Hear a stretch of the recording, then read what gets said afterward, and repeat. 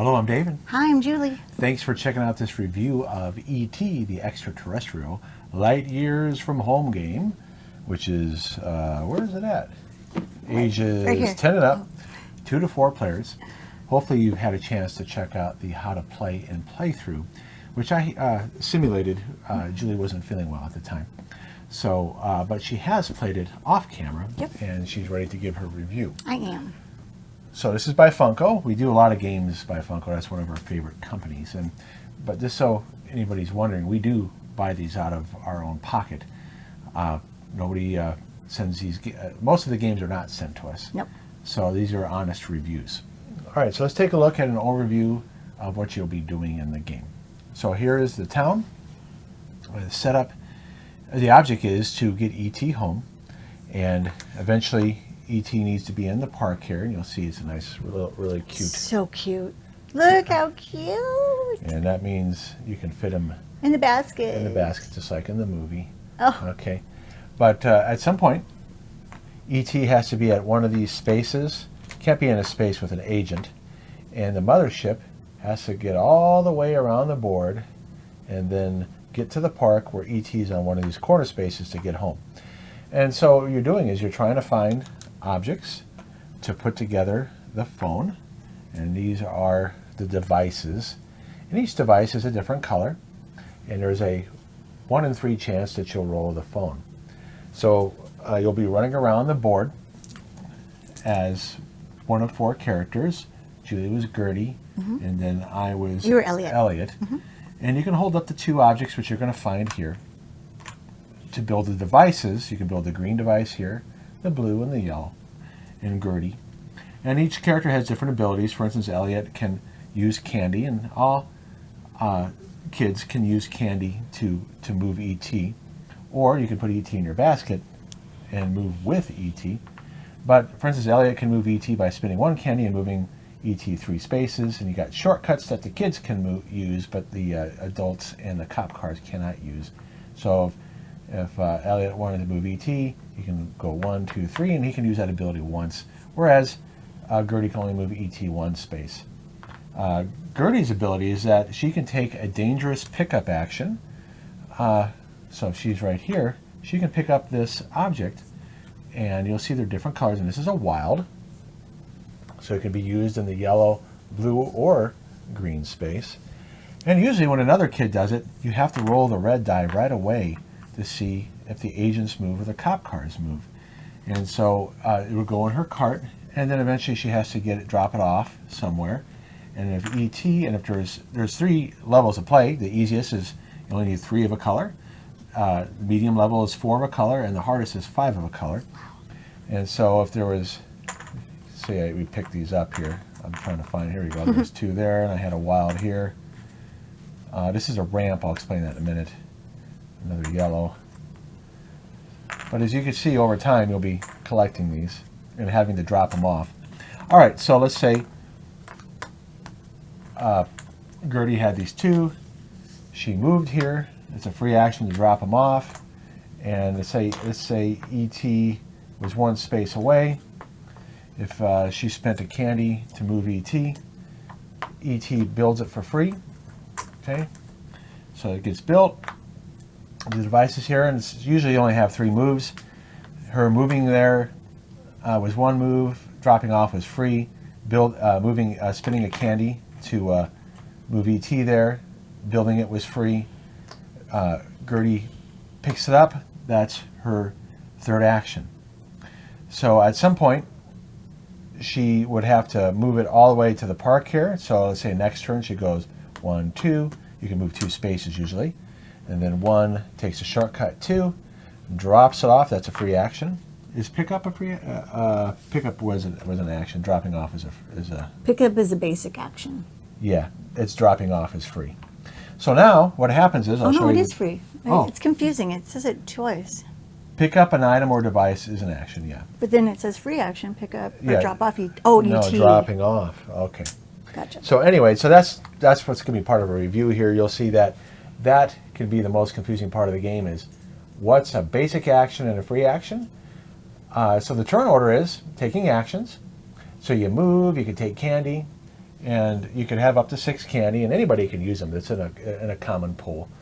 No child holds any of them. I should say, in other words, you don't have your own supply per child. It's a general supply for everybody to use. And then picking up an item or device. But picking up ET or dropping ET off, dropping off objects, using an ET power, which I'll explain in a minute, is free. And building the device is free. So that's what you do. Each child takes 3 actions. Then you're going to phone home. So at first, you're not going to be able to do this because you're not going to have any devices. It would take several turns to get all these objects and drop them off there. But on the second part of the turn, you'd roll this.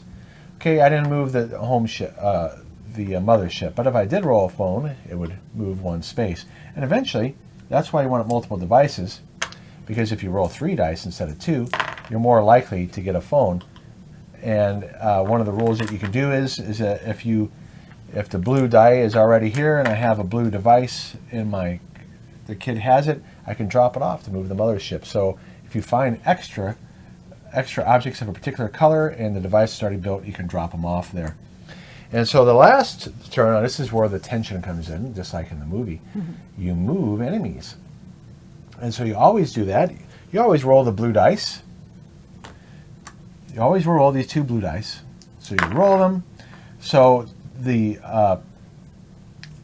agent matching the child's color that's what that means, will move closer. This means the cop car, well, I'll just show you on the back here. It's probably pretty easier to show you. So A, B, and C means the cop cars will move 1 space on their route. So that means right here, C, let me move this out of the way here. C will move like this and stop there. B will go this route. And if it passes over a child, that child will have to go back to Elliot's house, and then E.T. will lose a heartlight. I'll explain how the game ends in a moment here, but E.T. only has 6 heartlights, and you can see in here that it will move. So like this, it's a dial. Am I going the right way? No. Nope. There you go. There you go. So, in addition, if an agent or a cop car or lands on ET or the kids, the ET will lose a heartlight, so the game will end if ET reaches 0. In addition, say I was here, Gertie was there, and Gertie had an object in her cart. She would go back, on her bike I should say, she would go back home to Elliot's house and have to drop it in one of these spaces here. So it kind of slows you down. So let's see what the other things do on here. So that's the cop cars moving. The shields, as you move the agent step much closer to the child, matching the colors. For instance, this is Elliot's agent. Now the key means agent keys moves towards ET, and that's this one right here. So agent keys is always trying to get ET. And then if the red one, that's choose a cop car, and the exclamation means that all agents move towards their assigned kid, regardless of whose turn it is. So if it's Gertie rows this symbol here, that means only Gertie's agent moves. But if this is rolled, that means Elliot's and Gertie's agent will move. And then ×2 means that, for instance, if I roll ×2 and A, the cop car would move 2 spaces. So the game will end if ET gets down to 0, or if all 3 cop cars reach their destination. So this is B. A will get here, which means the game basically ends. It doesn't matter if ET's here waiting for the mothership. That's one of the end conditions. So what is a red die? So I mentioned one of Gertie's actions was to do a dangerous pickup. Let's see. Let me put this back real quick. The dangerous pickup, let's say Gertie was here, picked up this object. If you pick up an item that's next to an agent or a car, you must roll the red die right away. So you want to always avoid rolling the red die. But you can do that without causing that to happen. Now, why would you also will roll the red die if, for instance, two or more kids are together, or ET is with a kid. Where's ET? I don't know what you did with him. Oh, he's hiding. He's hiding right there. So if ET is in the same space, you also will roll the red die, or a kid. So that's why. So part of the game you'll see in the playthrough is you want to keep them split up. So you'll see right here I have them split up. Okay. If ET's with a kid, or two kids are together, and you can even play with 4 players, the other kids, you will roll the red die. And that just means things are going to move faster. So look what would happen here. If it was Gertie's turn, well, it would stop on ET right there. The red would move closer to Elliot, and the A car would move. So right now, ET's captured, and he would go down a heartlight, and then I would have to use candy to move ET away. Otherwise, next turn, right away, ET is going to be captured again. So what are the ET's power cards? So one reason to pick up ET and move around is because you can use one of these cards here. And you can use one of these cards per turn. Like, for instance, let me show you a few of these here. Taking flight, or you could move to any space that does not contain enemies, just like in the movie. Here he is hiding with the stuffed animals. If Special Agent Key moves during the move enemy step of this turn, he moves away from ET, so that's a good thing. Candy Trail, move ET to any space that does not contain enemies. Kids do not move. So if you travel with ET, you're in the same space, I should say, with ET, you can use one of these power cards. And if kids travel together, doesn't matter if ET's with them or not, I could use Gertie's power if it's Elliot's turn, or vice versa. Gertie can use Elliot's power. But at some point, you're going to want to split up. So they can travel together, 1, or you don't want to go over. So if I go over agents 1, 2, I have to roll the red die right away, and then what would happen? I'd be captured. See, that'd be terrible. But I'd go 1, take the shortcut, and then I can pick up an item using Gertie's power, and then I would split up and do things like that. Now, the other 2 kids' powers, if you want to know what they are for Greg, he can move, take a dangerous move. That means he can move through an agent or a cop car without having to roll that red die. Same as Gertie. No, Gertie can do a dangerous pickup. Oh. Michael, once per turn, when taking a move action, Michael may travel along 1 shortcut for free. Oh, nice. So it gives him, basically an extra movement point. Yeah. So you're trying to use your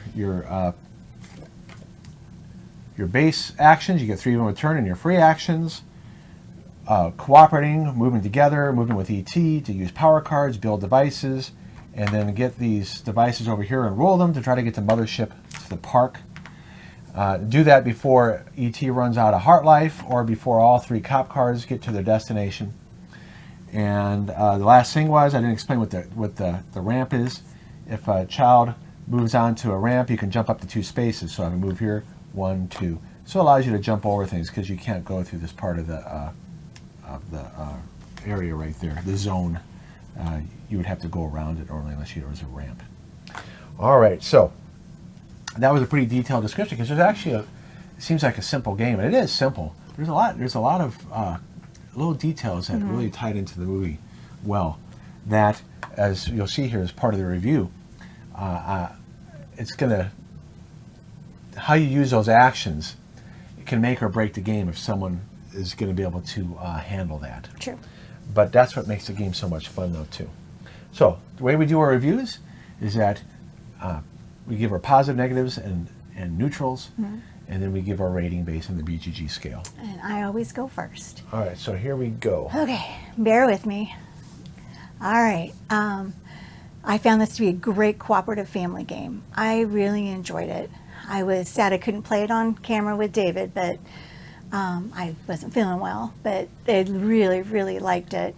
And for me personally, I felt like I was in the movie. I felt like I was Gertie, and I'm about her size in this movie.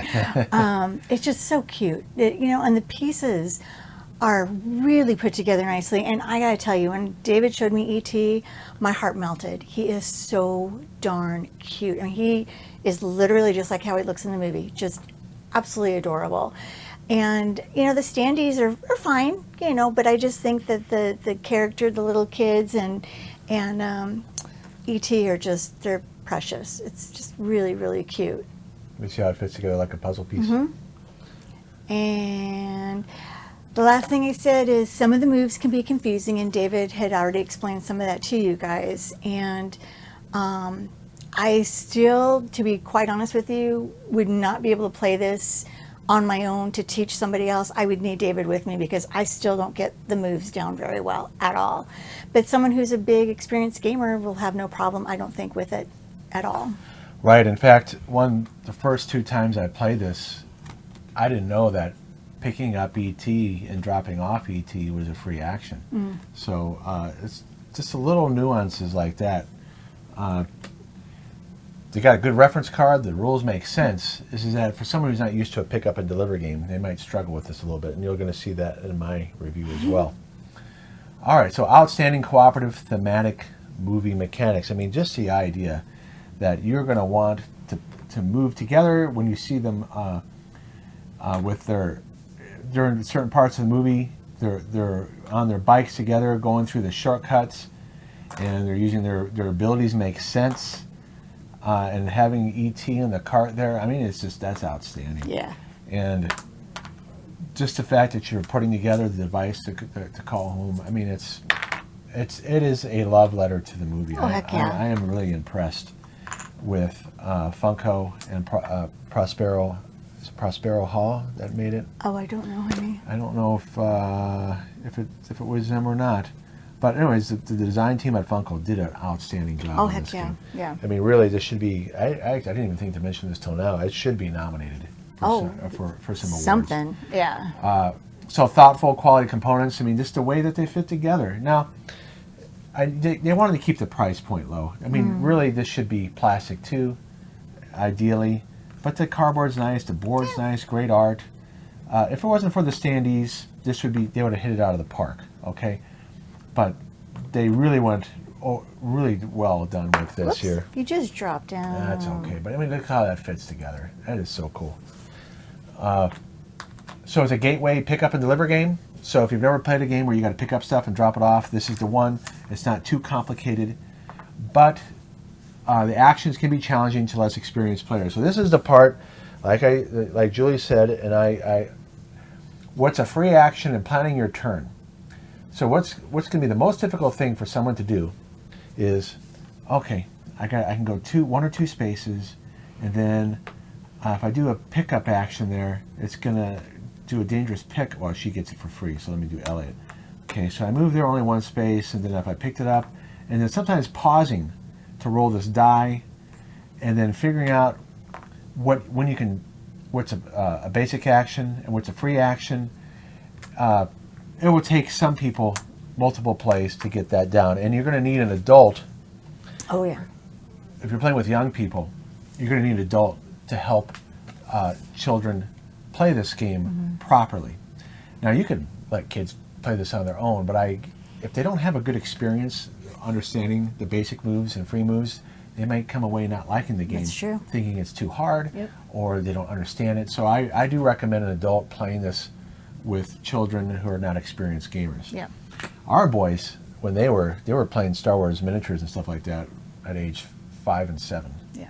So they were able to, they could have handled this below age 10. Right.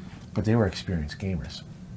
All right, so meaningful but restrictive choices may lead to alpha player dominance. Ah.